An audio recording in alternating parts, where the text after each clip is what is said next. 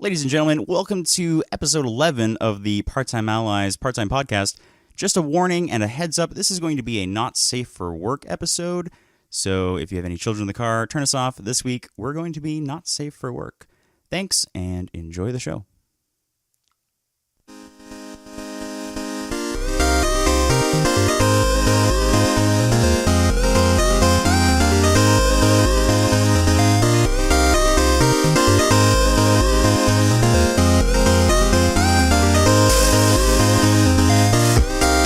Hello, ladies and gentlemen, and welcome to another episode of the Part-Time Allies Part-Time Podcast. I'm going to be your host, Josh, today, and none of my other cohorts are here. So this was almost going to be a solo show, but instead, joining me on the couch are two good friends of mine who have been asking to be on the show for a while. One of those good friends is Jack. Jack, how you doing? I'm doing great, thank you. Right on. I got to say, when you first asked if you could be on the podcast, I totally thought you were kidding. But no, definitely not. I've listened to so many podcasts that I'm like, I need to get on one and see how I do. Cool, man. Well, it's great to have you. And we also have another special guest today, and that's Hayden. Oh, hello there. How you Thanks doing? for having me. Not a problem. So we are just coming off of a good friend of ours' wedding last night, so apologize if we're a little hungover. It was a great time. Because we're already drinking more. It's the best way to clear your hangover. I'm Yeah, pretty sure. that's right. Just drink more beer. Yeah. But no, it was a great time. So congrats to our good friend Cole. So welcome to the show. Normally we start off with what we've been up to for the week. So, but like I said before we started, I'm very willing for this to be as flexible as you guys want it to be. But maybe just give some background as to who you are and what you're up to. Jack, let's start with you. All right. So I guess how to describe myself. I'm married. I do a lot of athletics. I know very little about nerd culture, which is what I'm pretty sure this entire podcast is based upon. It is. I know a little bit. I listen to a podcast called Movie Fights, which is like movie nerd culture, and that's like the extent of my knowledge. Well, you're like we've had pretty interesting discussions in terms of like TV and movies and stuff, and I also know that you are a self-proclaimed FIFA fan. Yeah, okay, so there's a asterisk distinct beside that. difference, The game that I play is from 2013, and it's the only one we play. Wait, I so think you don't? it's actually 14, actually. Is it 14? It's 14 You right guys now. We only play upgraded. one version of FIFA? Yes. Oh, I didn't realize And it's that. We play old. FIFA 14 exclusively. Yes. And NHL 13. That's awesome. Yes, and we're never going to get over it because they add too many controls now. Okay. And we know it so well, so that Yeah. it's just that's all Well, we're going to ever play. not willing to adapt to change. Fair enough. Well, I thought it would be interesting to get a different take, and nerd culture is definitely one thing, but there are like I would probably assume either that there are quote unquote fitness nerds or maybe music nerds, right? So I would agree with that. there's Yep. I think there's as much as this podcast is focused towards video games and TV and whatever, I would love to talk about the wider spectrum of that sort of stuff. So yeah, if you guys want to fill me in on some of that stuff. The very first thing I wanted to talk about was Donald Trump. Wow, I'd love to discuss that. we've never done politics And on the he's podcast. so polarizing, just with everything that's going on right now. I was just like, hey, what kind of shit can I stir up? Well, we can circle back around to that, but first let's introduce also Hayden. I say, way to dodge the question, Josh. It's a real cop We out. totally can if we want to. No, it's okay. No, I actually know nothing about him. No. Oh, okay. Yeah, I was going to get obnoxious. Yeah, basically all I know about Donald Trump is what I hear from podcasts like Joe Rogan. But My name's Hayden. Basically, all I know about Donald Trump is from Joe Rogan. the basics It's like about my me. bio. to follow suit from Jack, I'm Hayden, and I am not married. But I work in Vancouver as an engineer right now, designing SkyTrains and bridges and stuff like that. Very cool. And I don't know a ton about nerd culture, but I do like sports video games, not just FIFA and NHL, but also NBA. Oh, okay. And from time to time, a little bit of Madden. Okay, now that we're on the topic of sports video game, I had a question for you guys. Okay. What are your guys' opinion on esports as a topic that's coming up? I know right now NBA has kind of declared that they're going to be doing some sort of esports on TV type things. Have you heard about any of that? Yeah, It's Yeah. like I follow the FIFA eSports. Mm-hmm. That's So, definitely the biggest one. Yeah, like I would say for sure. Outside of like, I don't know, maybe they were considered esports like Dota and Call of Duty and Like League of LOL and Legends or things whatever. like that. Yeah. But like I definitely follow FIFA, and like I was watching this one YouTube video where they were talking to some of the guys on the esports teams, and they had a purse of like $250,000 Mm-hmm. for like their grand final, and last year it was like 50 grand. So it's definitely getting bigger, and I'm sure that there's enough people that watch it on YouTube that it could move over to TV.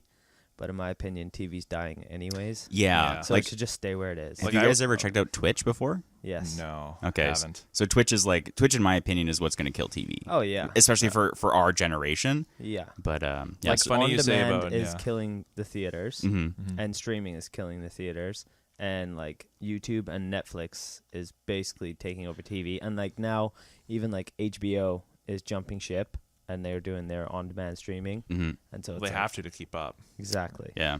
And then even you look at like the Late Show and the Late Late Show and like the James Corden and Jimmy Fallon kind of things, and like that's all on YouTube now. So it's like what Yeah, do you like- even It's need like you it make the for? show to make sketches you can put as clips on YouTube. Basically, right? Yes. But they get so many hits. It's like, oh, Yeah, it's like, Definitely worth it. someone sends me a message like, oh, there's a really funny carpool karaoke. I don't have to tune on No, the I know it's TV at Corden. night, right? I just Yeah. YouTube it.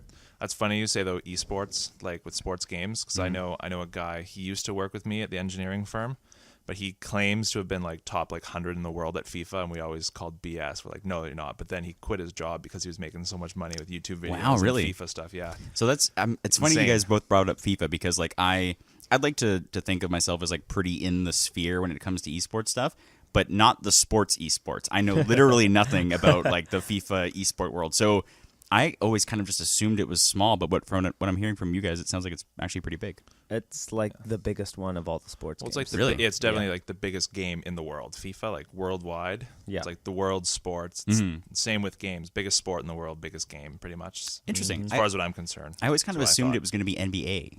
No. NBA Maybe like in the States or North America, maybe, but Right. Yeah, I think NBA FIFA's and like worldwide. MLB and NFL, that's too North American and it's too centralized, whereas like FIFA is literally they have clubs from all over the world in the game, whereas in the NBA you have clubs from you got the like NBA. 30 teams. That's it. It's like Yeah. I got 30 teams like in England I can play on FIFA. That's like one country. Okay, so in real FIFA, who's your team? Manchester United. Chelsea. Do you guys? I know that's a contentious thing between you two. Do you guys have Those aren't the teams we usually play Yeah, each no, other we don't against, even though. play those teams. 'cause We used to, like- and they were too well matched. We're like, let's just like beef up our teams and pick some better so ones. now we're like the two best teams in the Yeah. game. Nice.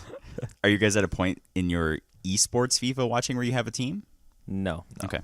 That's Actually, I kind of do because I watch a lot of YouTube. mm-hmm. So that brings me to like why I think FIFA is the biggest esport is because there are a ton of FIFA YouTubers I'd say FIFA YouTubers where there is like, I don't know, maybe a handful of NFL and NBA YouTubers and they don't have a following. Whereas if you look at the majority of the UK YouTubers who are higher up in their subscribers, I would say like 90% of them are or used to be FIFA YouTubers. And like now there's a whole section going on where they're transitioning away from that and becoming just more general vloggers and whatnot. But I would say for sure FIFA is. And one guy who is a FIFA YouTuber started his own team. And so they go around the world and they play other teams. And then he started his own esports team where he has a bunch of different guys from around the world who are part of his team, and it's called #United. Okay. And so, like, his guy, he will essentially sponsor him to go to an event in Berlin or New York or wherever, and then they'll compete there for money. So I would definitely for sure say I kind of follow a team. Okay. That's cool. I see. Like I didn't even know that existed. Yeah. That was a thing. Yeah, I basically just knew it was a thing, but I don't follow it at Yeah. all. I don't care that much. Like in the Dota 2 is the big one that I follow in terms of quote regular esports. That's a weird thing to Sure. say. But yeah, they have like all sorts of different teams, and those teams have own teams in a bunch of different esports. So I guess I kind of assumed that like Team Liquid would have a FIFA team, or things like that. But I don't know if all of them have teams. Like, I think for the most part, they're just single people who just have a name. But this guy has created a brand, and he's created like an online team.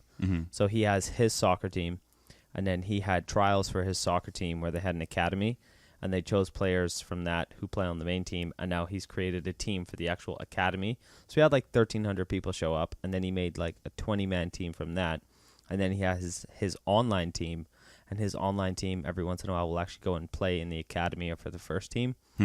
And I think that's like really the only group that's like playing together, but they play online against each other all the time anyways. So like, for example, like the FaZe team, or like, I don't know. Okay, FaZe, yeah, because I think FaZe has a Counter-Strike team, if I remember yeah, correctly. I think FaZe is Counter-Strike and Call of Duty. Okay. And like, what's the other big one? In terms of shooters, Counter-Strike, Call of Duty, maybe Battlefield. I'm not. No, like other big team. Oh, Navi is big. Optic, that's the one. Optic. Oh, yeah. Okay, yeah, they're big in the shooter space too. So like, they don't really play against each other. Like, whenever they're on a map or whatever it is, they're together, working together. But like FIFA, it's not like a team of guys where you have 11 guys in the game and then you have 11 guys as a team playing. It's like one guy controls this team, another guy controls another team, and they go against each other. Okay. Cool. Speaking of Dota, I was listening to the H3 podcast. You know who they are? So Ethan was talking about this bot that's being created that played one of the best guys in the world and creamed him like 10 times over. Do you want me to nerd out about this for a sec? Yeah, because I was kind of learning about it, and I was like, that's insane. Because I was learning about the AI thing that Facebook did and how they shut it down because it created its own language. Yeah. I heard about that on Joe Rogan. Yeah. I'm sure you did too. I was like, oh, geez. So let's freaky. Let's broaden this out a bit, and then I'll bring it back to Dota. AI, that's a huge buzzword right now in the world we live in. And there's a lot of fear around it, and partly rightfully so. Like, I don't know if you guys saw Elon Musk and a whole bunch of the big robotics companies today came out with a letter saying, hey, we should ban AI-controlled killer robots right now. Because if we don't, it's going to be like... Just do it up front, yeah. Yeah, because if we don't, it's going to be the revolution of warfare. So the first revolution was gunpowder. The second revolution was nukes. Yeah. They're saying the third revolution is going to be AI-controlled things, right? So they're saying, no, we need to stop this now. But what all AI is an extremely efficient pattern recognizer. Yeah. So when you have AI in your cars, right? But when the self-driving cars, what they're doing is recognizing patterns. So they're recognizing other cars, they're recognizing pedestrians, right? And they're using visual things to do that. Based on what they've seen before. Basically. Exactly. Yeah. You don't just make an AI and it's brilliance. The way you work with these AIs is you train them. So the Dota 2 AI that we're talking about was what was called a adversarial network. So what they would do is they would train the AI, and then they had a little bit better of the AI, and they would make them play millions upon millions of games against each other, and they would start to develop strategies. So in Dota 2, this is a little deep into the Dota 2 thing, but there's a concept called blocking, which is something that some of the skilled players came up with years ago, which is basically like standing in front of these things called creeps to help slow down a trail of resources, right? And it's a pretty high level concept, right? And these adversarial bots learned how to do it themselves, which is insane. Like no one expected it. How long did it take them to learn that, though? How many games? I think the number was 3,000 hours of combined learning time. But that's between a whole ton of them, or right? maybe it was lifetimes. I don't know. It was insane. Like and because they can speed up the render speed of the game, they just let it go in a cloud server instantly, right? Yeah, exactly. Yeah.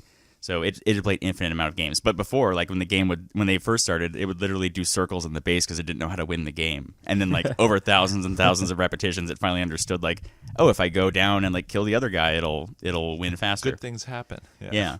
So you can think of it as like a line, right? And there are dots on this line. And so the very left side of the line is like just complete idiot, right? It doesn't know what the heck it's doing. But the thing about the scale of this line is there's a certain dot that's like human level, right? And then right beside that dot is like super intelligence. Like even if the line is really long, like once you get to human level, it's a baby step to get past anything we were able to comprehend. What's interesting though is I just know so much about this because I just took a class this last semester, like literally talking about this the entire course. And it's like you're talking about that line with the dots, but people fail to realize that like those dots for the human one is always progressing as well. It's true. So it's like, But definitely not at the always going to be ahead of it, just slightly, or No, not at the speed the No. AI dot moves. no, but you also have to consider that the humans are creating the AI.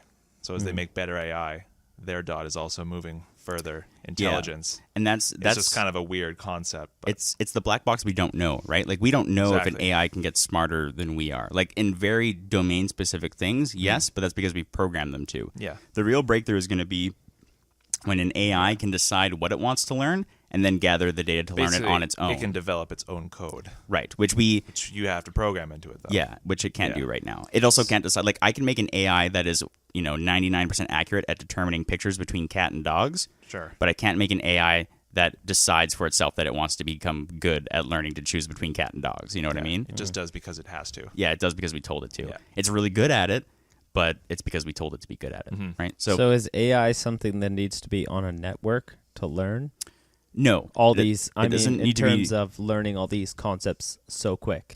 So if it's, for example, a self-sufficient thing that is not on a network and it has to learn like a human, then I feel like it's not going to progress in all these ways that we think it is. But I feel like if it has an ability to gather information instantly, that would be a way for it to. So the way it works right now is data training sets. So if I'm training an AI, because really what an AI can do is tell between this and this, right? And then make decisions based off of that. So I can tell if this picture's a cat or a dog, right? Is a very common example. So when I'm giving it things to learn from, it's literally like a folder on your computer of cats and a folder on your computer of dogs, and I give it to it, right? It doesn't know where it's coming from or why it's getting it. It just does it, right? It doesn't know why it's a dog and why it's a cat. Yeah, it literally patterns, knows yeah. like it can see the pattern of like hair textures and like it'll the eyes and the nose. Probably, just like it learns features based on what it thinks dogs then look like and what it thinks cats look like and the difference, right? And that's it. So there's definitely not like if you connect it to the network, will Skynet happen? No, right? Not yet. But better not. what this true AI will end up being, if it does become a thing, is a very complicated, interconnected network of other AIs, right? That's how I think it'll work. The other thing too is, and Jack, you have a little bit of a medical background, schooling wise, so you know how they're not the neurons in your brain work, right? And how they when they receive electrical signal and then they potentially fire electrical signals in other directions. That's basically how these AIs learn, right? But the thing is, we as humans don't know how those work exactly. We know kind of how they work and what they do, but we don't understand how the structure of our brain works in such a way that makes us Able to recreate it, even. Yeah, exactly. And I think once that barrier has been pushed and we've cracked the code of the brain, then AI is going to take off Well, instantaneously. yeah, because then essentially you've made a brain. Yeah. That's what AI is. It's just the That's most like the goal efficient of it. brain. Yeah, ever. it's like our brain, but your brain can literally only do one thing right and now. you want to take the parts of the brain that you want to do specific things. So, like, if you wanted to have memory, that would be an amazing thing to learn, because then you wouldn't need disks or hard drives or clouds, which essentially is what a brain is, but it's like the most advanced cloud ever, because you have so much information, and it's like, well, where do you store it all? Well, you store it in a part of your brain, but it never seems to be overflowing. Yeah. Well, and in that case, like, it is and it isn't, right? Like, for example, like, I'm not looking at it, but there's a silver briefcase that I'm pointing at that my recording gear is in. I know generally what that looks like, but I don't know exactly what it looks like. And if I were to open it up, like, I know what I expect to find in that briefcase, but I don't know exactly where they are and in what position. A computer would, right? Yes. In that scenario. It's very non-specific details of memory, and like any memory you've ever had is actually wrong. Yeah, exactly. You're never going to be not even close to 100% right. Like maybe 70% of any memory that even happened 10 seconds ago. Yeah. It's interesting. I saw a really cool 3D graph. So it had the X, Y, and Z dimensions, and it showed where we are as humanity is like a plot on this graph, and where computers are, like, people would assume they'd be maybe a little bit farther on the Y or the X, but they're actually way farther in on the Z as well. Like, they're just in a totally They're just incomprehensible. Yeah. They're just on a like when that intelligence gets to the point that it probably will get to, it just won't be anything remote. Like we as humans will obviously try and make it like us because that's all we know. But I think it will eventually take off and be its own thing, which is frightening. Yeah. But yeah, crazy. That's I agree. Like I don't. But I don't think you should be paranoid about it. No, like some people are just like they lose their mind. Like, whoa, some people the are very, computers, man. and there's some very smart people out there who are paranoid about it. Yeah, and like I don't want to. Musk. I'm not going to pretend like I'm going to sit here and tell you like, oh yeah, I'm smarter than Elon Musk, and I don't think it's going to be a problem, right? But I don't know. I know enough to know that I have no clue where it's going. Yeah, no one does. I think it's more of like a preparing for kind of thing. For the worst. Exactly. I think is smart at least. To be honest, I agree with Elon Musk and banning it. Like what does it hurt to ban it? Yeah. Doesn't it hurt you? Some of the argument is like, because what all an AI is code, right? So the argument is, well, how do you ban code? Like, how do you know I'm not making a game in my garage or an AI, right? Like, there literally is no difference other than the characters. I type them in the order, right?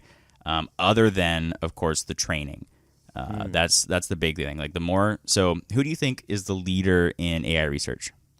I have no idea. Is it Google? It's Google. And why is it Google? Because Google runs the world, man. Google they runs have the all world. their algorithms and everything that they throw on for their website. That is true, but as a result of that, what they have is all the information of the world. Yeah. Right? Like my phone is run by Google, and it just happens. It can do anything. Therefore, it knows everything about me. Yeah. Yeah, it's a Samsung phone that is Google. Yeah, exactly. And so just think about the metrics of data that they're recording just on you, right? Yeah, they could make like a Hayden AI that knows like it can probably start pretty good too. It starts to yeah, target. What would that Google Hayden AI know? You just What look kind at of the ads secrets it could looks I at, ask? Well, Hey Hayden AI, what have you been searching up lately? You know what they would use it for? Targeted ads, right? That's exactly how they learn it all about. Oh, yeah. All about you though. Yeah. How do you Going think to They your would Facebook find feed. all Yeah. sorts of weird lingerie getting thrown his way. Oh yeah. But it's I'm gonna stock up on my thongs for men. Hey Jack. it's quite Check the world. my Facebook feed. No. I notice targeted ads all the time, and it's so annoying. All the time. Mm-hmm. It's like I'll just like randomly like just go, oh, thinking about something, and I just start Googling it. Yeah. And then I won't even think about it later. And then like an hour later, I'll go on my Facebook feed and I'll see the ads like, ooh, what you were just looking at. Like I just randomly looked at watch straps today, Yeah. like online on Amazon. And then I looked on Facebook and I was like, oh, based on we think you might like. It's like, here's all these watches, all this stuff. Like, holy. I feel like That was quick. almost daily I ruin my YouTube recommendations by like clicking on one I video that's know, weird, right? and then it's like, oh, you thought that was takes weird. days to get out of Take a it. Look at this. It's crazy because it recognizes even like significant others, and we'll see if you're interested in it. And I feel more so for like, hey, you should get this as a gift. Like Chanel bought something online, Oh yeah. and then it was recommended to me, and I was like, what the heck? Like she Googled it, Yeah. and then the next thing I know, it's like, But it knows that you two this are has like, been yeah. recommended to you because we're married on Facebook, Just- and that's connected to Instagram, and it's like anything that she likes, Mm-hmm. if that's a product that will get recommended to me to buy, and I'm like, that's frightening. You want to hear something scary? Yes. Always. I can't confirm that this is true, but there are rumors of Google algorithms that can determine based on your typing speed who you are and like your word choice and your cadence. So there's potential that while you're Googling searches on the same computer, Google will know if it's you or Chandel Googling for it, Awesome. which is nuts. That's crazy. Yeah. So something we talked about before that we wanted to touch on, and maybe we'll start with Hayden. That you guys have some pretty specific interests, and I kind of wanted to talk about music with you, Hayden, if you Cool. wanted to touch on that. Sure. So you come from a very musical family, Yes, I do. and It's basically how my brain is wired. yeah, and I find that fascinating because Yeah.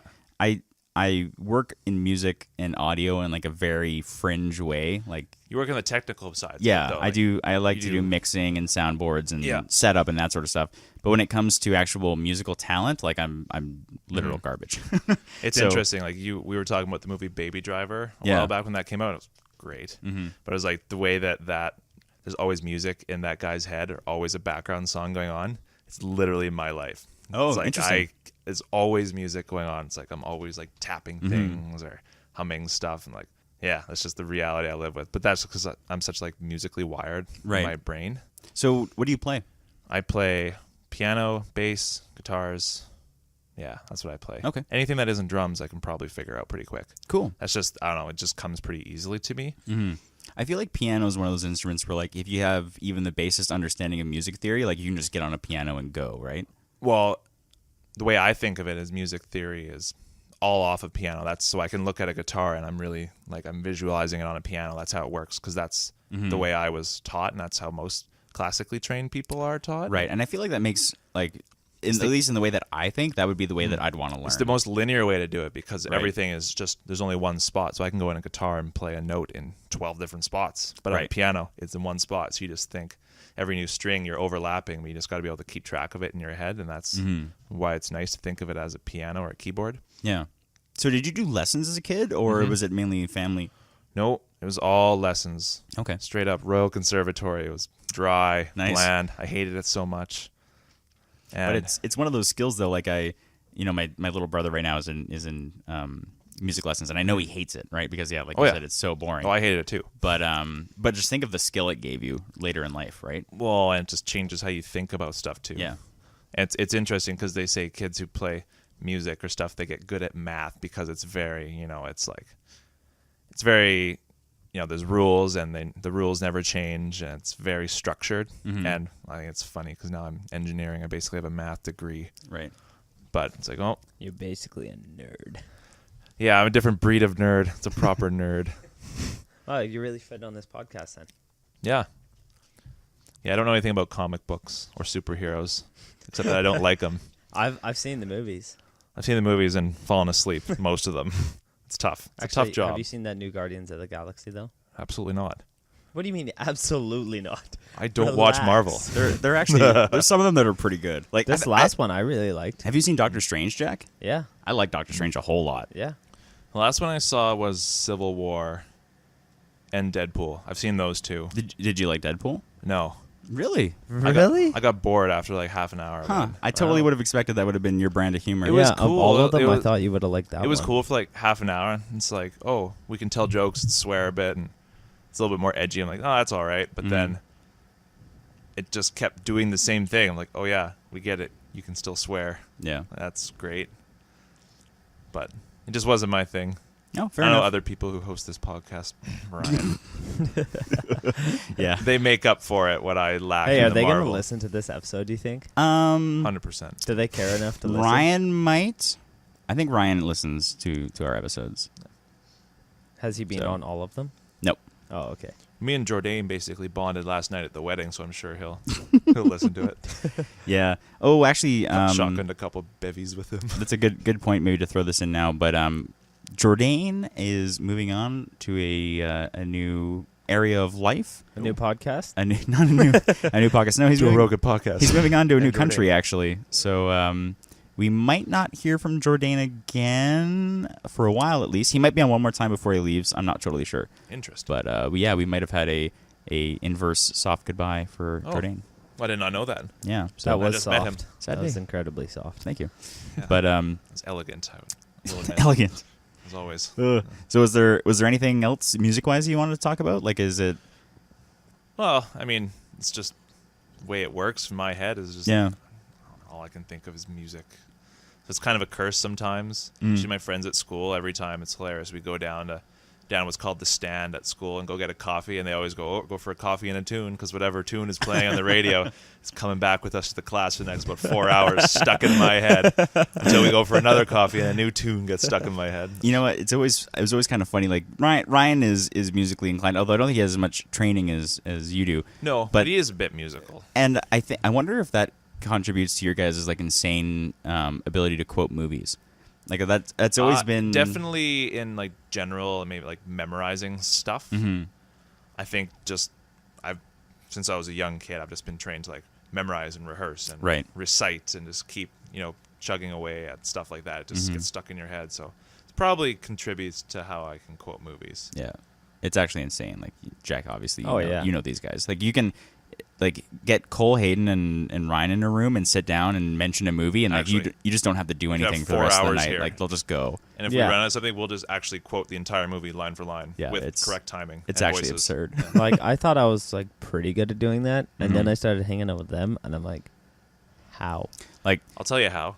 Since I was like 4 years old, we've been doing it. So And they also, if We you do rehearsed. it, they'll call you out if you screw up one part. They're I know. like, Yeah. no. like I love please to retry that. Yeah. like thanks. I love good movie quotes, but I always get them wrong Yeah. or like flip 2 words, and always Ryan. Straight No, away. it's not that. It's this. Like, But okay, you know come what on, I love buddy. even more than good movie quotes, like famous ones, obscure ones that only a few people will get if you say. Right. It just Yeah. makes the rest of us Feel. feel like idiot peons though when you guys do it, and you That's you guys okay. laugh, and we're just sitting there going, yeah. Yeah, then That's you guys like talk when I about say comics and stuff, and I go, I got nothing to contribute here. Let boy. you guys go. Oh, right on. Narp. Jack, did you have any musical? I don't know if we've ever talked about you in music. I know I'm actually very musical. I've seen you rap before. He likes the Huh, Backstreet yeah. Boys too. I don't like the Backstreet Boys. Backstreet Boys I are love life. The Backstreet Boys. Yeah, I have actually a crazy music background. I did guitar lessons for 3 weeks. And I guess okay. Like You're so inspiring. a after little my a little bit of history here. background here. Like I feel like I've known you for a long time. Yeah. Like how would I have never known that Jack was into music? oh yeah, 'Cause he I'm sucks. a shredder on the card, or on Awesome. the guitar. basically Yeah, a I did. natural. I did about 3 weeks of guitar lessons, but this guy who was trying to teach me way too advanced stuff, Okay. and I did My 2 years fingers of hurt. guitar in school, and Like high school? no middle school. Oh, We got and the guitar here best if you wanna song I shred could for us. play was "Ode to Joy," Okay. which is the first song you learn. Hey, that's I also did a year of trumpet, and by doing a year of trumpet, I mean every time we played the trumpet, I would just move my fingers in the correct order and never actually blow into the trumpet. you're a Reddit. You go on Reddit, right? I do not. Oh, you don't? Okay. No. Always on Reddit. I've tried it, but I don't understand it. Okay. You should go on the It's okay, FIFA you should- subreddit. You should listen to our last podcast. We talked about Reddit for like 20 minutes. Or Okay, no, it might be maybe 2 I will. episodes ago.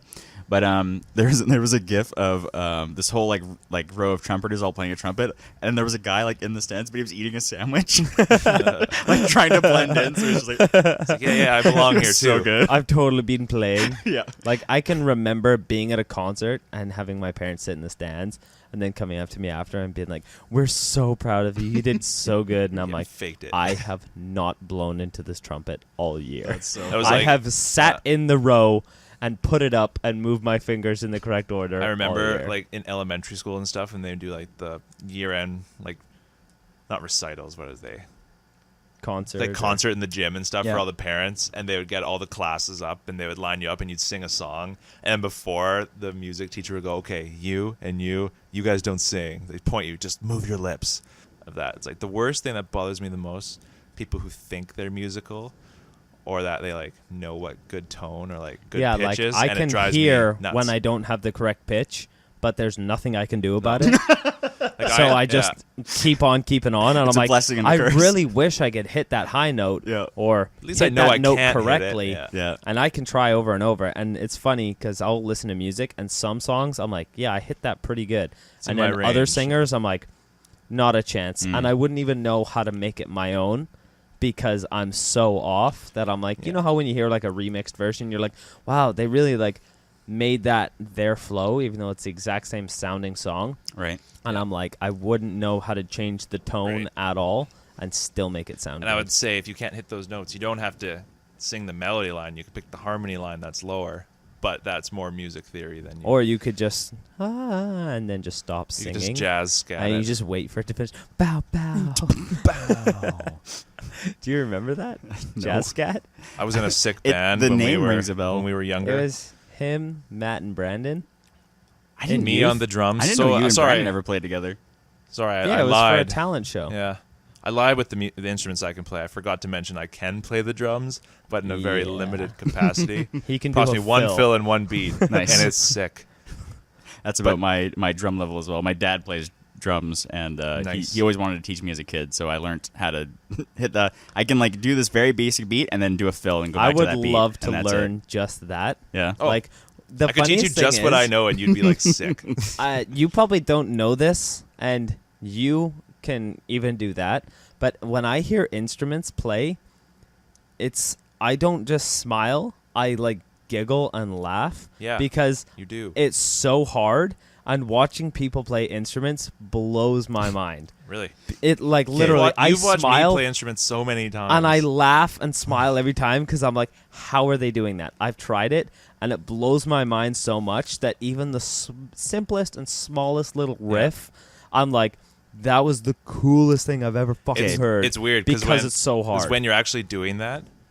Like no when I big play deal. the best. No, the best way to play is to not think about it. Just let it happen. Like I can tell if I look at someone performing, like if they're overthinking it because they're like stiff and like doesn't feel musical. It's like you've memorized something but you're not feeling it out. Like there's no soul there. Yeah. If that makes any sense. Well, it's like at that point, if you have the instrument, you have music around you all the time. The only way I have music around me is if I plug something in and turn it on, or turn the radio on and listen to the radio, and I'm like, I want to hear that song. The only way I can hear that song is by turning it on and listening to it. Whereas if you can play something, like even if it's just a guitar and or just a drum beat or just the piano, you've got something. You can there. get something out of that song, and you can play that song on an instrument, and you always have that music. Whereas I'm like at the mercy of electronic devices. You were saying how you look at people playing instruments and just like awe and amazement. Yeah.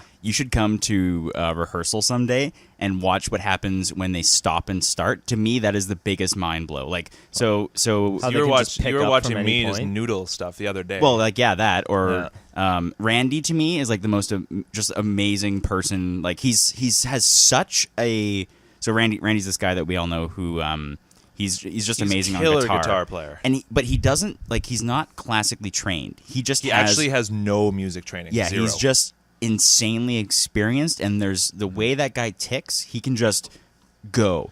But I feel like sometimes he doesn't even really know exactly what it is. It's just like flows out of him, and it is actually the most insane thing to watch. So when I rehearse with Randy, it's like he'll do something, and if what he does is good, we'll leave it. But like if we need to change it, I'll have to go and literally spell it out to him because like if the other musicians are talking in music speak, he doesn't understand it. So we gotta go talk it in Randy speak. But it's just pure musician. It's just genius. It's cool. It's literally like watching like a savant, basically. Like stand up there and go for it. Do you guys think I know Cole what a savant savant is? I don't think so. I mentioned it in his that was the speech best. yesterday. Maybe if Cole listens to this podcast, we should like in the description of the podcast just Define throw savant. in like we all tell our dictionary savants as per description. Cole's. Yeah. Oh no. I tried to poke fun of him with that in my speech yesterday, but Yeah, he wasn't. I don't know how he was having that. I don't know.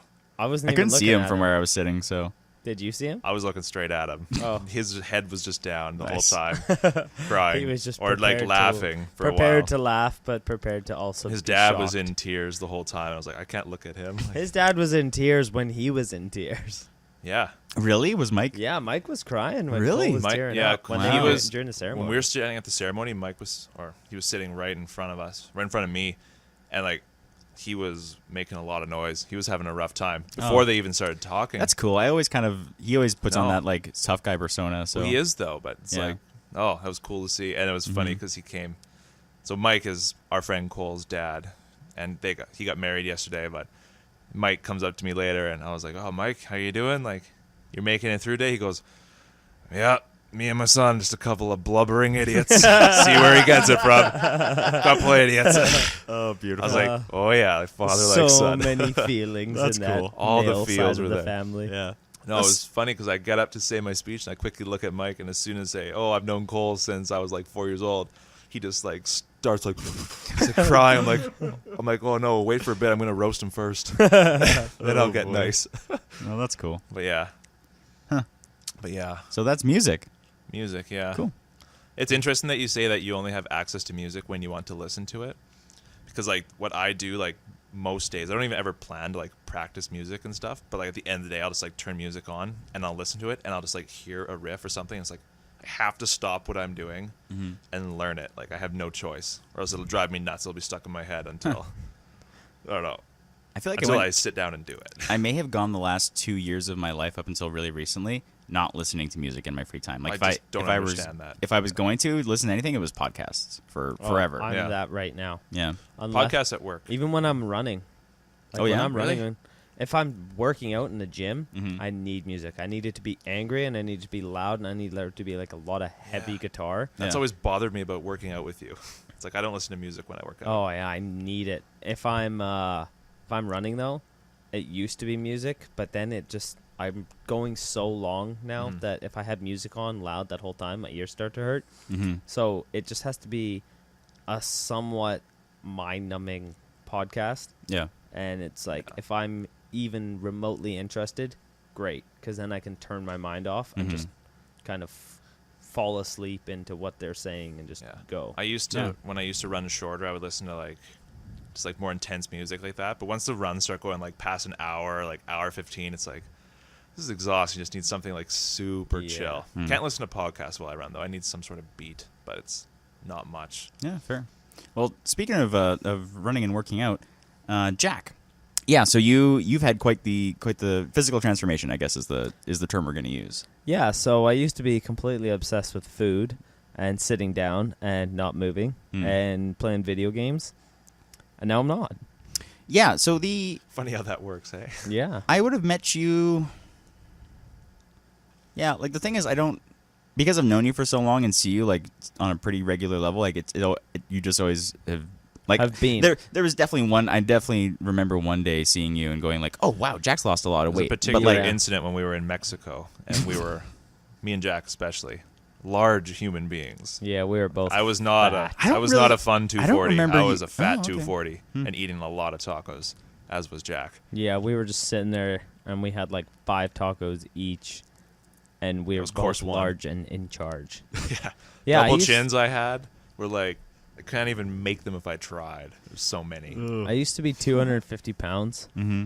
and now I'm like 170 something. Yeah, that was actually the biggest or the craziest part of it. Like for me was like I didn't realize like you're not really a big guy. Like I'm not tall. How I'm tall only are you? 5'9". Yeah. No. And like I hadn't really realized that until you lost your weight, and then I Well, was like, oh yeah, like Jack's actually. If you look at that one video where we did, you used to show us these videos of that Nathan Barnett guy. Yeah, doing the dances. Yeah, and we- if you we look did at that one video that had Dwayne and Luke and Rochelle and you and me, Yeah. I'm huge in that video, and like I'm jumping around, and my shirt's coming up, and my Ripples. gut is just flying around, and I'm like, I can't believe how big I am. Like size 38 pants, like Holy. just a huge version of For a my little current 5'9" self. guy. Yeah, exactly. It's all just like spilling out everywhere in my legs. That's like and me my when I say I was stomach. 240, now I'm like 210. I'm also 6'2", so Yeah. I just carry a little more mass around anyway. Yeah, Like- yeah. Yeah, that's crazy. But yeah, no, it was like, you know, that year Corey got us into like, hey, you guys should do a Tough Mudder. Yeah.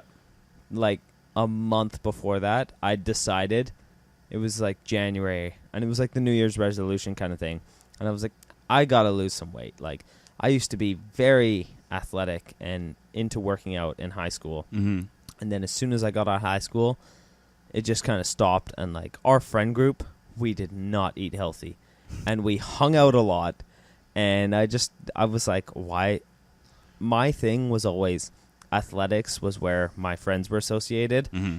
And so I immersed myself into whatever my current friends do. Mm-hmm. I don't think I'm like that nearly as much anymore. I'm very like, this is what I want to do. Yeah. So I'm going to do it. And like Just do the you, the man. married life probably helps with that too. Yeah. And it's- keeping well, that yeah, I mean, maintained, like right? Shandell she's not into athletics like I am at all. Mhm. So I have my thing. She has her thing. But Right. it was like all my friends and everything I love is athletics. That Mhm. was me in high school.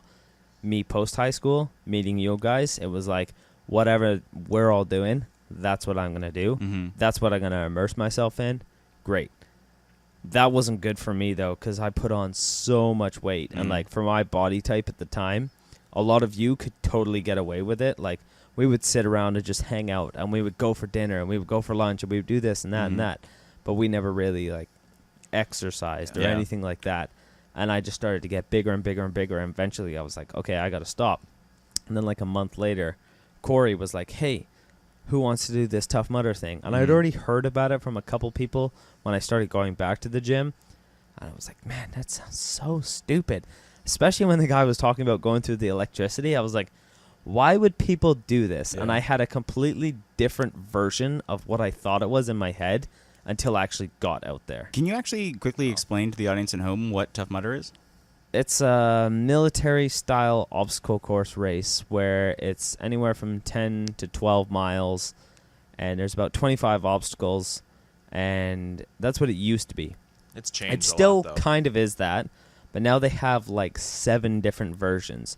So back in like 2012, Josh and I did one, and it was 10 miles, and it was super fun. But we definitely didn't train hard enough for it. We kind of thought we did. Yeah, I definitely it was the thing that I had trained for most in my life, and Yes. and that's because I'm not And a very, even then- I'm not a very physical guy like You gotta normally. train correctly, though. It's about Oh yeah, how and you I train. didn't train correctly. I Yeah. didn't know what I was getting into, and there was like, so do you remember how many obstacles our first one was? Or 25. ours was. I remember. I don't think I did like the last 5. Yeah, no. I Because- think by that time we were all, after we saw that ski hill, Yeah. all of our like spirit was just broken. There was the ski hill one. I remember there was That's the worst part There was by that like far. that A-frame monkey bar climb. I got Yeah. like 2 bars in, and my body was just like, no. Yeah. And then the Everest one Yeah, the that Everest my mom one. tried, couldn't get it. Alana tried, couldn't get it. Yeah. So that was. It's interesting now, though, because now we can, like, you and I both can just Yeah, rip so- those solo, Yeah, even So like without help. that was definitely a turning point in like Interesting. I got some pretty bad shin splints out of it. Like I couldn't walk correctly for Yeah. like 3 months after doing that. So like my fitness journey went a very different That way was- than yeah, your that guys' was, did it was after so that. strange because that was like a pivotal point in both of our lives. Yeah. Like it took me on a completely different path in my life, and it took you on a completely different path in your life because you were relatively small at the time. Like Yeah, I was pretty fit. I was actually that was the time too when I was in the application process for the RCMP. I don't know if you remember that. I remember you were into like Vibram shoes. You were like Oh, yeah. testing out all different types of shoes. You had I remember that didn't work Vibrams, out and then well. you had Yeah. the five finger or the five five toe fingers, which is shoes. what I did the Tough Mudder in. Was Yeah. was the 5 finger shoes, which was stupid in retrospect. Because, I think you just had a bad experience with it. Yeah. Well, Almost what stupid. ended up happening was because I had been training to do the ball of my foot running. Yes. And then I did it for the first half, but by the time I got tired, I wasn't paying attention. I started heel striking, Right. and then it just wrecked me. And I also think the amount of time that you spent training in your Vibrams was definitely not enough. Yes, to, for sure. I bought them take like on, halfway through my training. Yeah, I No, think yeah, you it's not needed enough. at least 6 to 7 months Yeah. of intermittent training until you're like fully only wearing them. Mm-hmm. Like the shoes with a lot of cushion and padding aren't great, but if that's what you've been using, then you need to slowly wean yourself off of them Mhm. and then get into something like a Vibram. But just going straight into the Vibram, that's probably a root cause of why you got your shin splints. Yeah. But yeah, now they have 5K. They have tried, which is no mud. Oh, And, interesting. Yeah, Okay. no, it's I'm not a big fan. I don't think they should have even no, done it's that. I mean, they're more. It's a money more grab, of it yeah. feels It's It's like it's like a fun run basically. it's at that kind of point, like right? Exactly to what get it the is. people who do fun runs Mhm. into obstacles, Right. and then try and get them into Which obstacle like course like racing. I have to say if this came about and Corey said to us that one day like, oh, you should go do this 12-mile run, I would have been like, no. Yeah. Right. It was obstacles that I think got both of us interested in Oh, it for sure. Well, Well, that's initially, what right? people when I tell them that I do these races now, Mhm. they go, "Oh, like those obstacles must be hard." And I go, "The obstacles are a good time and a nice break from the half marathon I have to run through hills." Yeah. It's Well, like the real obstacle is the run. you It's gotta do. funny you called it a race there because that was actually one of the big draws for me too. Is Right. that it wasn't a race; it was like a cooperative thing. The goal was to get through together. Well, I'm just thinking of the most recent one that me and Jack both did. Yeah, And you. So I mean, not- jump, it was which wasn't a regular one. jumping Sorry to jumping jump the gun a little bit, but yeah, you guys went ham. But we'll get to that in a sec. So yeah, what were the other But kinds? yeah, Jack? you're right in saying that the regular one isn't Yeah. an actual race per se. Yeah. So Yeah. they have the 5K. So a few years ago, they tried to do something called Urban Mudder in Okay. Brooklyn, where it was like, I don't know, 3 kilometers. They had super simple obstacles. They were kind of modified to just be like the community fun run, get people out there of any shape and size, fitness level, and just gather a community and get them involved in the brand, because it's not really a sport yet. It's more so there are brands, and the brands are working towards making it a sport, and there are so many brands but there is no league, and essentially you need a league to start a sport. Right. So there's the 5K, there is the half, which is a 5-mile version, half the obstacles. It's more so the less terrifying, easy obstacles in terms of you don't have to go through the electricity, you don't have to go through the ice bath. That was my favorite one, was the ice bath. It was? Yeah. Depends on the day. I've had some really nice ice baths and some terrifying terrible ice ones. baths. Yeah. The ones in the middle of the night are Arctic terrifying. enema. Yeah, Then that's there's right. the regular one, which is 10 to 12 miles. Then they have the 8-hour event, which we just did, called Toughest, which is So 8 It's actually hours. tough. So 8 hours is toughest, and then world's toughest is 24? 24. Okay. And then there is Tougher, Mhm. which is the regular one, the 10 to 12 miles, but that is the first competitive wave. So that's on so okay. they do a Saturday and a Sunday. And we're then running that one in like a waves month. go Oh, every cool. 15 minutes, and it's the very first one on the Saturday, and it is a race. So you get timing chips, and you get special bibs and everything like that, and there's cash prizing for that. So that one, Toughest, which is the 8 hours, is also a race, and then World's Toughest is a race. Now, this year, they have introduced about 4 new things. The latest thing they introduced, and they did it like a month ago, is called Tough Mudder X, which it's their inaugural year for it, so they had only 100 applicants that they would allow for men and women, and they invited CrossFitters, Olympians, OCR people, which is obstacle course racers, just a lot of different type of fit people to see if they could take it on. And it is 20 stations. It's only 1 mile. So a lot of people were like, oh, good, I don't have to... and also some American Ninja Warriors from that TV show. So it was, I don't have to be super good at running. Yes, it's important, but really what you have to be good is obstacle proficiency and essentially CrossFit workout. So it was, you do a CrossFit workout, the very next thing is an obstacle. After that, a CrossFit workout on obstacle. And they would kind of complement each other, so the obstacle and the CrossFit workout would have something similar. And so there was about 100 people from each, and the number 1 and 2 in the men were actually obstacle course racers, which was lucky. And one of them is a Spartan Pro, which is one of the major brands, and one of them is a Tough Mudder Pro, which is the other major brand that I'm more in line with.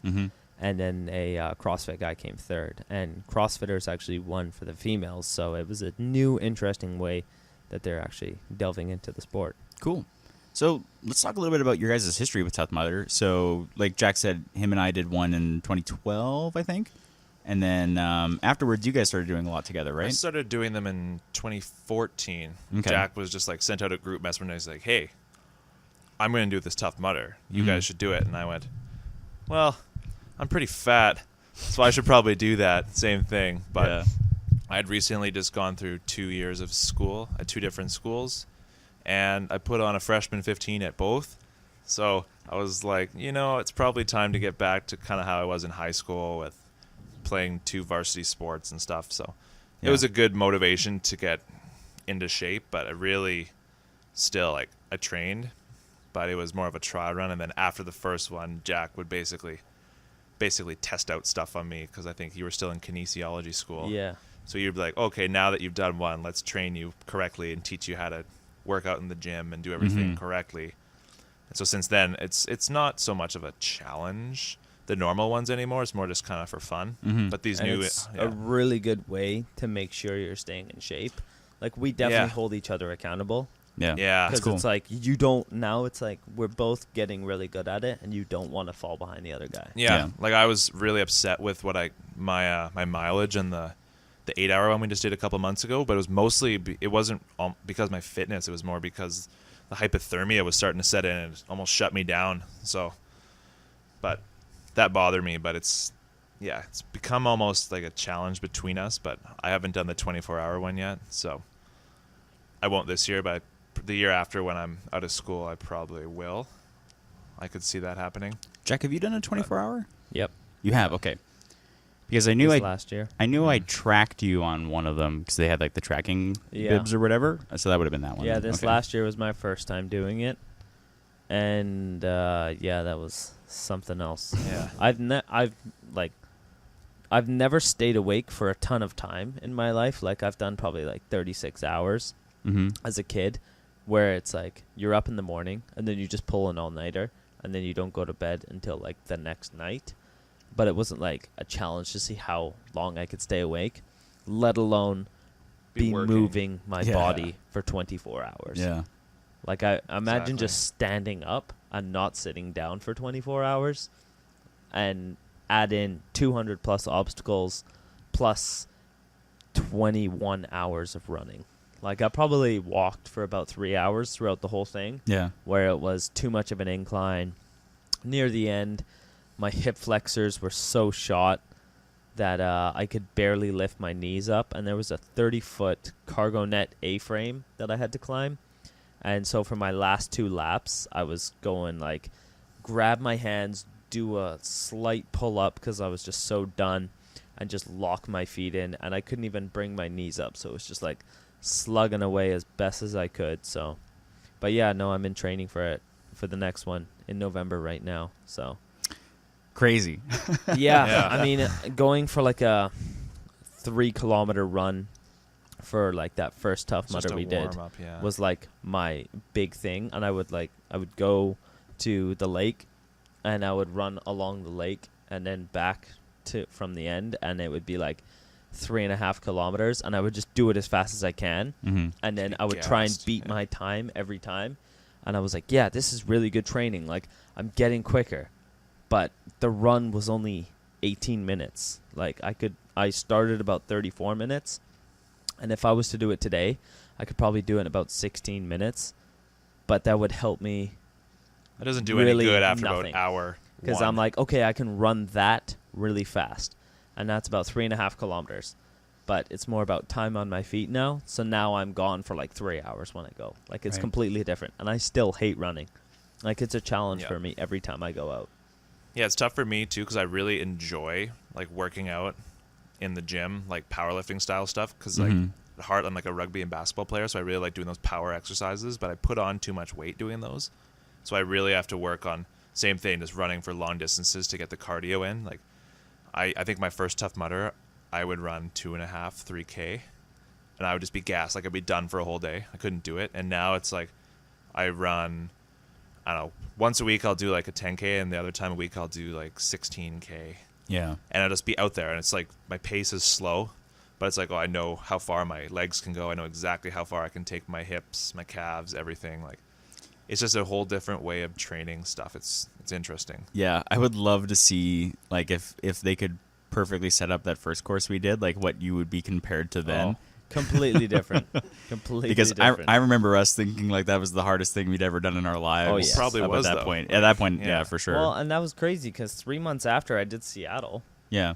and it was significantly easier Interesting. because there's so Always much easier elevation at Whistler. yeah, that's true. That's one of the things I think that killed us, and like even the gravel and I remember that all the last terrain. ski hill actually It's made me killer. sad. Like Yeah. when I saw it, I felt so yeah, defeated. like let's get real here. What was the longest you ever ran before that? We got half an hour. 10K. 10K, 10K. and Yeah. that's Okay. 19. Yeah. Yeah. So we're doing 19K, and the longest you've ever trained for Is half is of half of that. Yeah. And Yeah. it's like, and it was probably flat when you did it too. Yeah, let exactly. alone Yeah. at a ski I ran hill. on the dike, yeah. yeah, Yeah, so, it's exactly flat. so now Yeah. you're doing something that's twice as long. Yeah, I know. Plus, you did 10K, and you had nothing obstacle-wise to get in your way. You would just Yeah. go for a run. And so that really, like, surprised all of us. And I wouldn't say I trained a lot more for Seattle, but I did Seattle, and I was like, wow, that was significantly easier. Mm. But It's I just still like a couldn't slow do things progression, like though. like Yeah. the monkey bars. Still couldn't do them. Mm. Still couldn't get all the way through because I just wasn't strong enough. But now, lost so much weight, gained so much strength that the obstacles themselves are.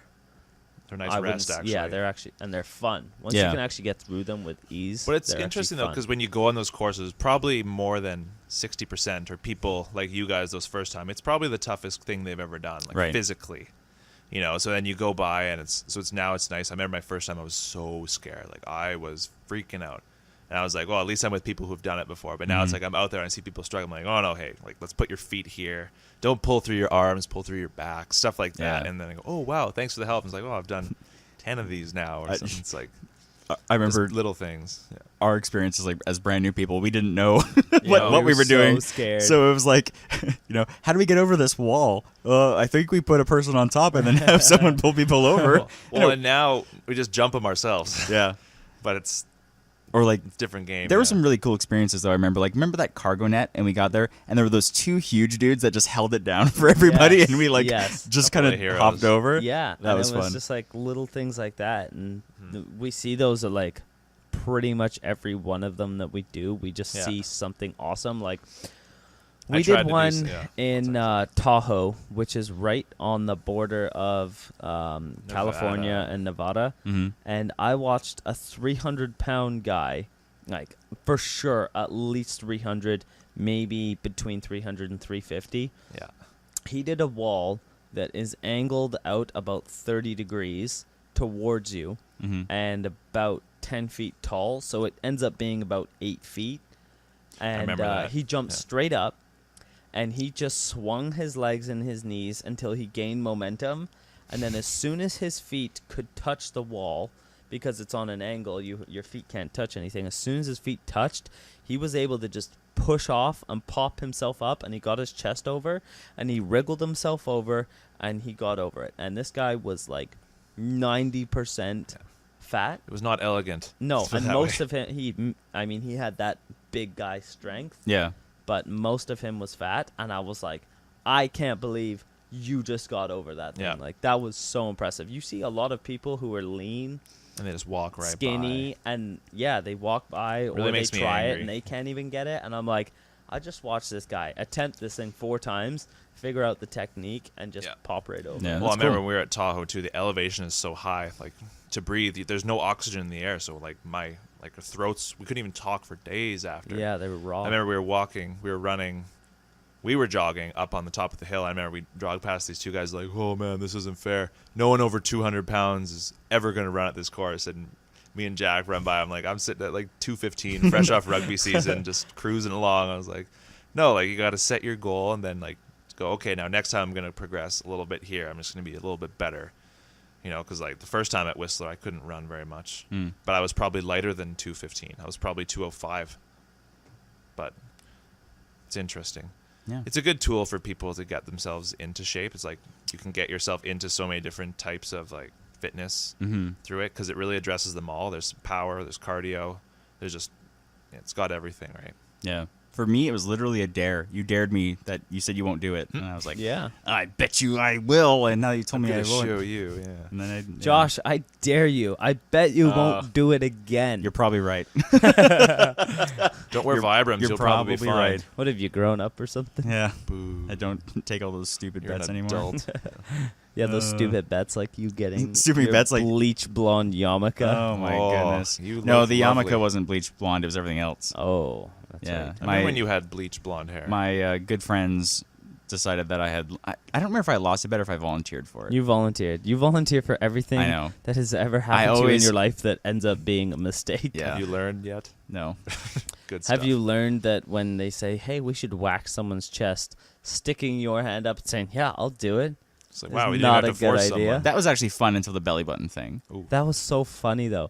I filled his belly button with wax and then put some Nice. all over my hand, and I slapped it right on his gut, and he's like, what are you doing? And I just held late. it there and just ripped it off, and we'd waxed his chest in such a strange way that it was like from his shoulder to his nipple, across to the other nipple, back up to the other shoulder. But we didn't actually get the nipples yet. And then Ooh, you'd another come guy, back. Travis, did like a line right down from his chest to his belly button. And then I put my hand on his lower stomach to belly button, ripped it off. And then we looked at him and we're like, we just waxed a dick into this guy's torso. I have some moments of my life that I'm not proud of. Oh, that was so The, funny. the thing that I regretted most about that was I had an irrational fear that the wax was going to take my nipples off. You remember that? Yeah, that's why we didn't wax his Yeah. nipples yet. He thought That's if we not how it waxed works, his Josh. nipples, I know. they would Well, I just know rip that right now. off, like little pepperonis. Yeah. I've seen you do worse things, Gosh. like the cigar incident. Yeah. Cigar incident. Yeah, when you smoke the lit end. Yeah. This guy was so drunk. You only do that once in your life? That's correct. And people never forget it. Nope. They sure don't. Especially your friends. They keep reminding it to you We were on, we were on your all own there. podcast. Oh, yeah. Any opportunity. Just in case you forgot for That's a right. brief moment. That's right. No, you guys, our whole group has always been very good about razzing each other It's true. I about mean, every think little about thing. the stuff that any of us have done, and if anyone slightly or even remotely brings something up that even triggers a thought about something someone did, Yep. you can bet your ass that's getting brought up. You better be ready or else it's Oh, going to yeah. get worse and you'll have Oh, a new boy. thing. Yep. Yeah. I don't think I've done anything super stupid in the last little while. Really? Although I told you about my experience at Co-op, right? When I went over there and I was like, I'm gonna be Oh, a completely different I'm person. gonna and change then who I within am. days- It's going to I'm flip not- to being extroverted now. I'm not gonna be stupid. Take not. And then like day 3 I ripped my pants and Stuff. asked the boss to leave. Went to a dollar store and bought safety pins and sewed my pants back together with safety pins in the bathroom. That's good thinking. Yeah. It hit it really well, but What part of the pants was it, though? Was it like, it was like in the front? inseam. Oh, so you could Oh, just yeah. sit down and not... But Oh, like yeah. it was to my Jangles over here, as you can hear all these safety pins jangling against each other. I could just imagine Josh walking into the office, ching, ching, ching, ching. Well, thankfully it was winter, so I had like a long coat out, so it like Oh, was nice. just It low would enough just where like it covered. dull the noise of all Ugh. these safety pins smacking So against white each legs So sticking stupid. out. Ew. Yeah, that one was good. That and the corporate bonding moment. other. Oh, what was Do tell. that? So I can't think of it as not that term now, so I don't remember what it's called. But, Corporate bondage, was corporate- it? No, Bonding. no. Corporate bonding was the thing I said that made everyone laugh, but there's it has a normal term. Team building. Oh. Yeah, okay. My boss Sure. wanted us to plan a team building exercise, and so I was writing on the board or whatever, like when it was going to be, but I forgot the phrase team building, so I wrote corporate bonding. Like we're gonna have a corporate bonding moment at like XY time. How cute. And everyone was about like, to say. "What?" What? Did you Google search that before? Who is this Better watch guy? out. Yeah, who's coming to the corporate bonding later? Yeah, All right. we had sushi. It was We fun. had sushi at a corporate bonding event. Super It wasn't cute. what everybody thought it was No. going to be after I'd mentioned Team corporate building. bonding. Yeah. Gotcha. Oh boy. So what kind of team you got over there? Anyways, East interesting. Coasters. yeah. But yeah. So that's So you have a background in Knies, right? Yep. Does that? So I remember what year would you have been when we first went? Went to what? Tough Mudder.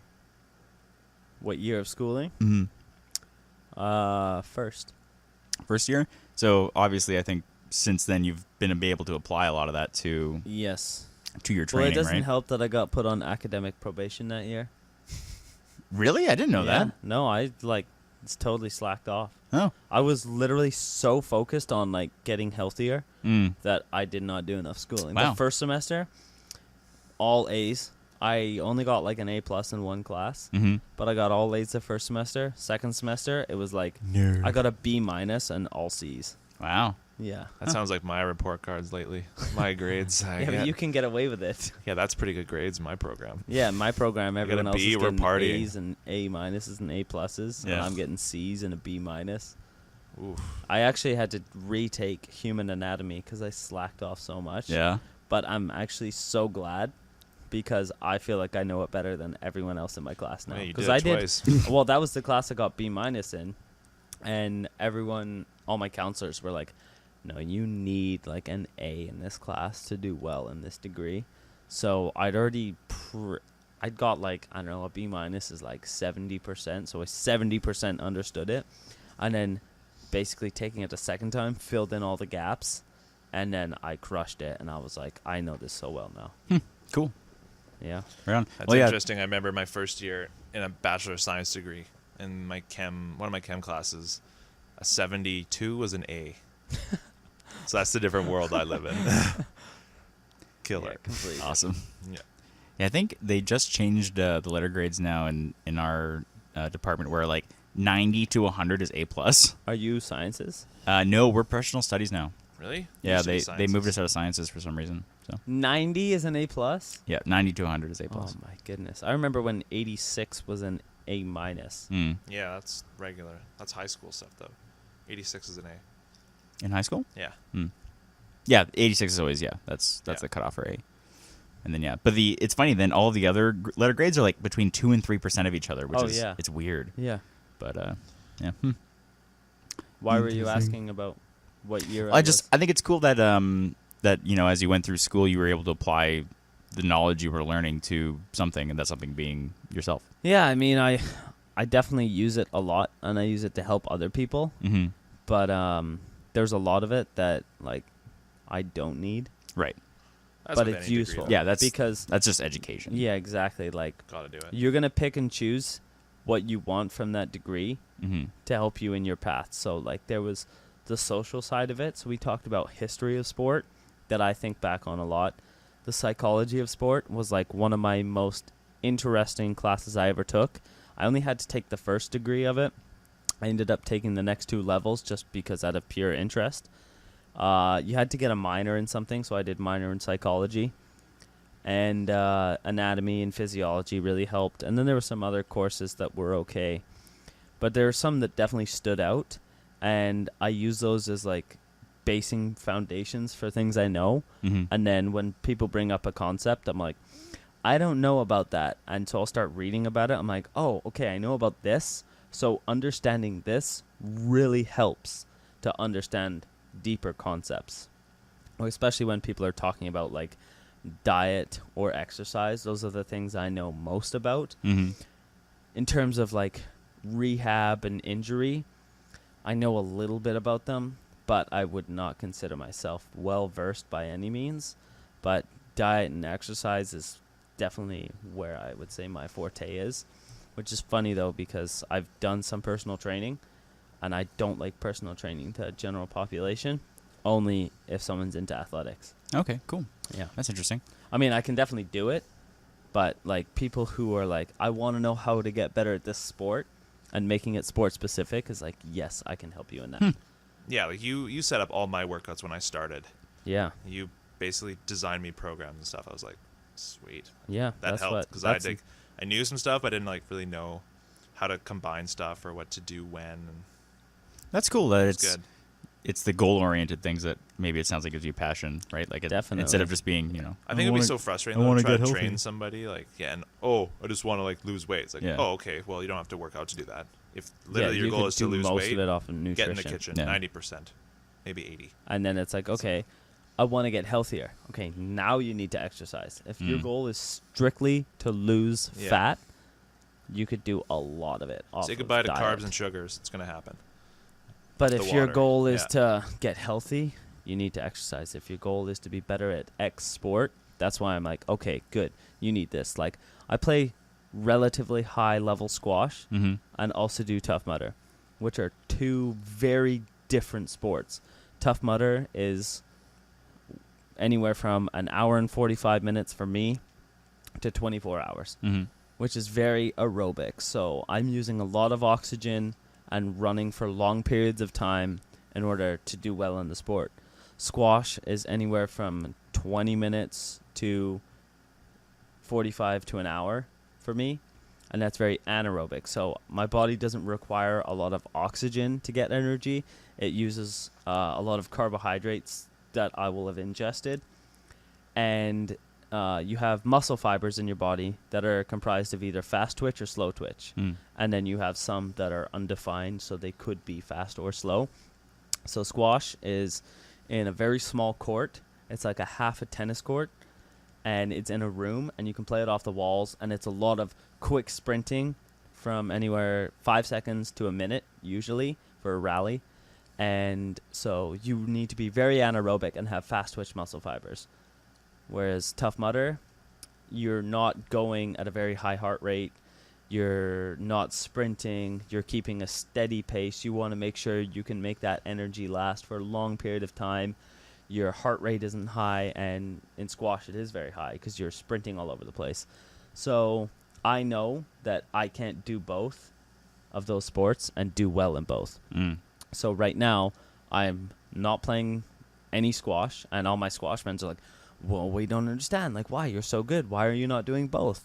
And I did both last year in the lead up to World's Toughest Mudder, and I noticed that hampered me because you can actually change what type of muscle fibers you have depending on your training.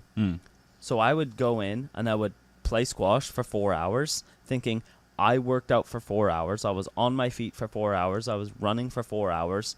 That should be good for World's Toughest Mudder. I did 4 hours of what is a 24-hour workout, essentially. But I didn't really consider the type of quality workout I was doing. So I was doing a very fast-paced, hard workout for maybe an hour and a half. And then after that, I was just slugging away, barely able to move. And I would do that for 4 hours. But I was training my body to work really hard, recruit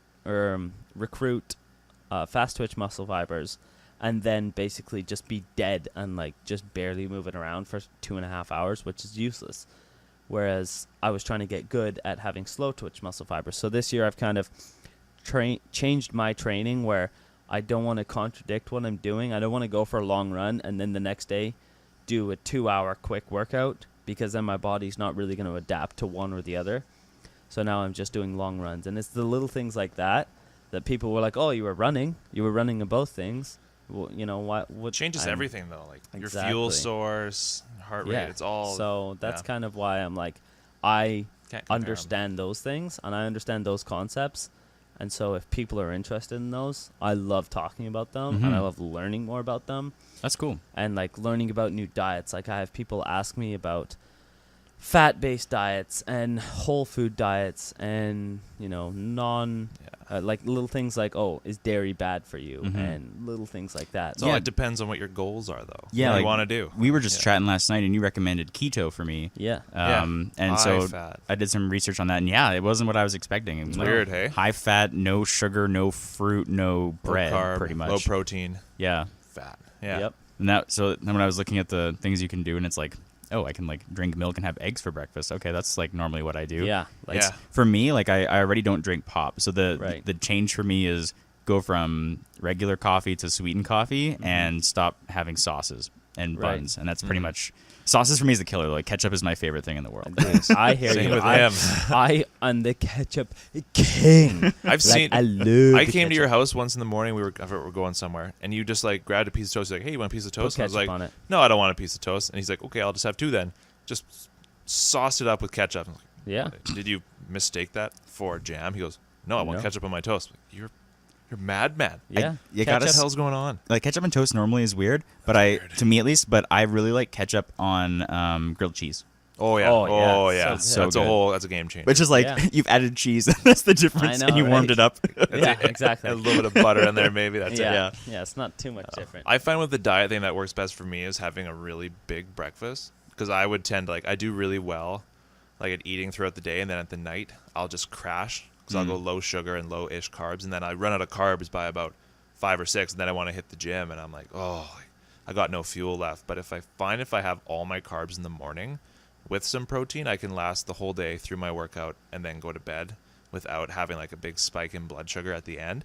And Yeah. that really helps me out. But that's just me. Like, I never actually tried keto. With the keto thing, it was insane. Like I was looking up, so like their example they were giving me was like a cup of broccoli had 6 grams of net carb, or no, 6 grams of carbs and then 2 grams of fiber, so it nets out to four grams of Carbs. A whole lot of nothing in and there. you're only allowed 20 a day. Yeah. Which is like Is it just 20 grams of carbs? which is nuts. Oh yeah, it's That's super low. actually insane. Yeah. Well, that's the thing, and like if you're gonna go on a ketogenic diet, it's like you really have to Your lifestyle's got to Supplement. change. Yeah. Mm. like if you're only allowed 20 grams of carbs a day, you have to supplement your that's why- minerals. Oh, but your Yeah, minerals, yeah, vitamins for and sure. minerals. That's, You what, lose- that's what yeah. you eat your vegetables for The- mostly. The thing I was reading was it actually recommends a lot of sodium because like your body doesn't know what to do with water Your Right. electrolytes at that up. point, which is that's just bizarre to me.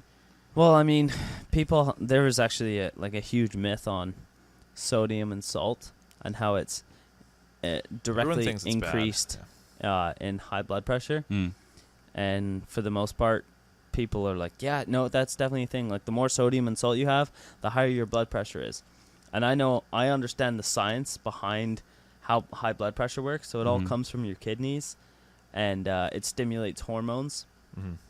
And through these studies that they've done, they're saying sodium doesn't actually have the effect on high blood pressure for the long term, at least. Well, if you look with people with high blood pressure, though, you look at a lot of, like, they're eating foods Yeah, probably there's- with high sodium, but that's just a consequence of it. It's like, oh, I eat lots of fast food and I have high blood pressure. Oh, you also Yeah, got was high it the- sodium in yeah, that food. Just coincidence. Was Yeah. it the high sodium, or was it the fact that you've had too many calories, and those calories and cholesterol Simple are starting to sugars, build up yeah. in your arteries, and that's what's giving you the high blood pressure? Yeah, it's interesting. Like, when if I want to cut weight for like a race, I'll actually eat more food than normal, but like spread it out throughout the day and just make sure you don't have any sugars and stuff. Because like if you're going no carb, it's like gotta load up and more veggies, more water. That was something Everything. More fat. Something weird Yeah. about the keto. I mean, I don't know how true this was, that the thing I was looking up, but it actually recommended not snacking. Like that was it said like you'll probably Right. want to snack at first, but it said don't, like just do your it's good. 3 It's- meals. Yeah, it's like it's called the keto flu. It Yeah. just makes you feel sick because you're so addicted to carbohydrates and Yeah. sugars Mhm. that you actually physically get ill from it. And but after time, like, you won't want to. No. Mm. Like, fat is satiating, and it will make you feel full. So like when I have 4 whole eggs plus about 3 egg whites for breakfast, Yeah. I'm full.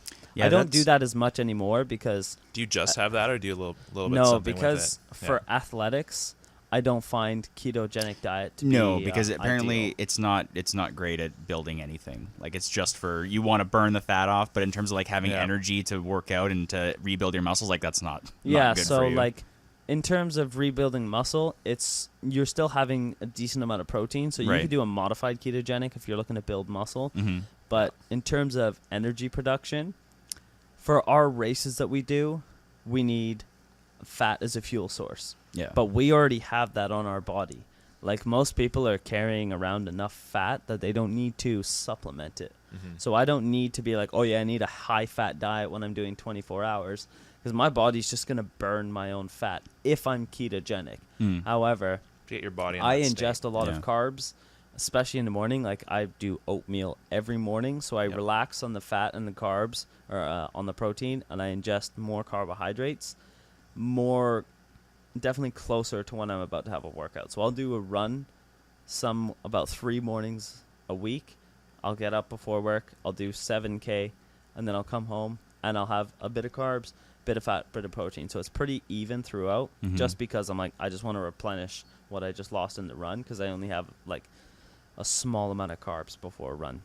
And then throughout the rest of the day, I'd say I eat more of a fat and protein diet, and then I tailor my carbs to when I'm about to go and exercise. So if I'm not exercising, I'm not eating carbs really. So I did for about 2 months a modified ketogenic diet where I wasn't taking any supplements. Oh, I forget what they're called. Which ones? They're actually like, they make you go into ketosis. They help. Oh, you can take like carnitines and stuff like that. Yeah, I forget what they're called, but they actually help Like you get into thermogenics? ketosis. Mm. That's that? something like that. Yeah. And Ketosis, for those at home, that's when your body decides that it's going to start burning fat for energy instead Yeah. of Yeah. instead of and you get into that state when you eat Mhm. a higher fat diet Yeah. and you relax on the carbohydrates. So the body fat you've already stored, your body will use that. Yeah, because like, and correct me if I'm wrong, but the way I understand it is your body waits for the carbs basically Yeah. in your day and then uses that energy to keep So you used to alive it, yeah. instead of using your fat. So your body stores 3 types of energy. Okay. It stores carbohydrates as glycogen. Mm-hmm. It stores fat as adipose tissue, so the fat you can see, and then the visceral fat, which covers your organs, Right. which is not good for you, and then protein, as in muscle. So your body will break down glycogen in the liver, turning it into glucose, and then use that in the muscle, which glucose is sugar. Mhm. It will use that in the muscle to turn it into ATP and create energy. Your body will do the same thing with fat if you're in ketosis, and it will turn that into ketone bodies and use that as energy. And your body will also break down protein, and even if you have too much protein, it can actually break that down and turn that into glucose, and that will become your energy Interesting. source. So you don't want protein breakdown, though, because that will come from the muscles in your body, Right. and that will just start deteriorating. And that's some of the myth when people talk, like if you bodybuilders always don't want to do cardio like too intense because they go, oh, it's going to eat away at my muscles and stuff. But it all depends, right? Yeah. But that can happen. Yeah. Like I definitely don't need I do very light at home workouts. We have like a little home gym.